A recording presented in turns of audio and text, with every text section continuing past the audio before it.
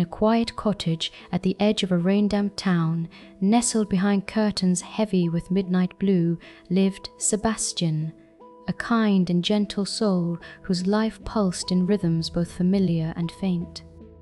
Tonight, all was silent but for the ticking clock and the soft shuffle of slippered feet across wooden floors. The shadows in the corners seemed deeper than usual, painted in inky blues by the watchful street lamp through the window. Sebastian sat at his kitchen table, his favourite mug cradled in both hands, staring at the collection of wooden spoons displayed like wands in a blue and white crock. But one was missing, the beloved old spoon, his trusted companion for stews and solace, now vanished into the hush of the house. A tug of longing and gentle resolve bloomed in his heart. He must find the midnight spoon before sleep could come. Outside, the town exhaled a soft, uneasy breeze. Sebastian, driven by curiosity and quiet yearning, wrapped his cardigan tight and stood, ready to step into the softened suspense of the unknown. Stepping quietly through the threshold, Sebastian felt the cool hallway air brush his cheeks. A soft electric hum hung in the shadows. Each room he passed was coloured by mystery. The parlour, cloaked in twilight, offered only silence and deep, pooling shadows beneath the sofa. The study, with its papers and lamp, whispered the memory of unfinished dreams. Yet the midnight spoon remained lost. Sebastian pressed on, guided by gentle intuition. In the living room, the faded orange of a lamp pooled warmth on cold teal floors, illuminating dust dancing in the quiet air. Outside, clouds scuttled past the murky moon. With patience and care, he lifted old books, peered beneath chair legs, scanned the space behind the record player. A small puzzle awaited. The neat stack of mail had been disturbed, clues tangled in the details. There, beneath a faded flyer, a single glimmer, a familiar wood grain almost hidden, but not quite. Yet, on closer inspection, it was just an old paintbrush, abandoned and worn. The search must go on. Drawn onward, Sebastian slipped quietly into the hallway. The cool stillness deepened, a world of muted greys and blurred edges. As he passed the open door to his old study, he heard a faint, curious clink, like wood against tile, almost shy in its presence.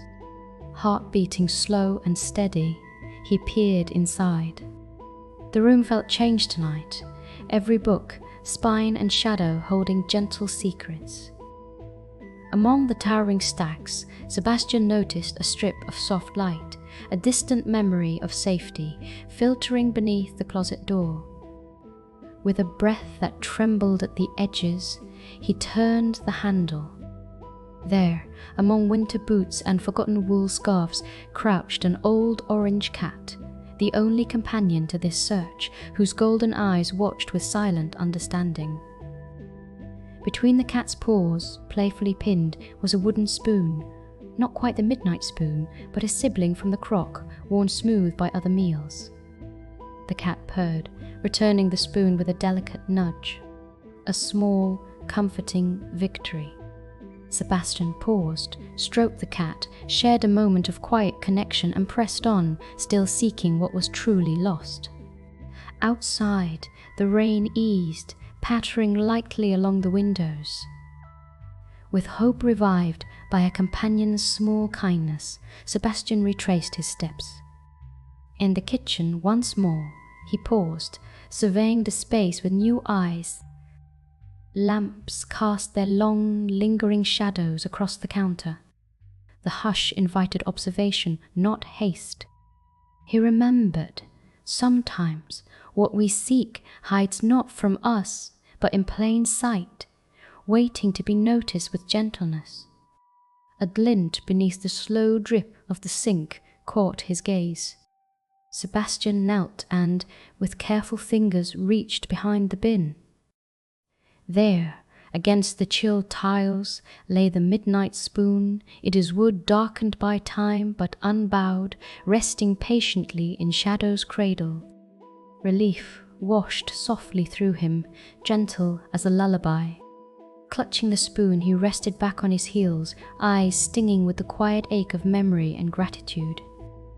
In this moment, a world of small triumphs and silent acceptance, Sebastian felt held, whole, and quietly proud, as if returned from a longer, lonelier journey. Sebastian stood and returned the midnight spoon to its place among the others, the blue and white crock now complete once more.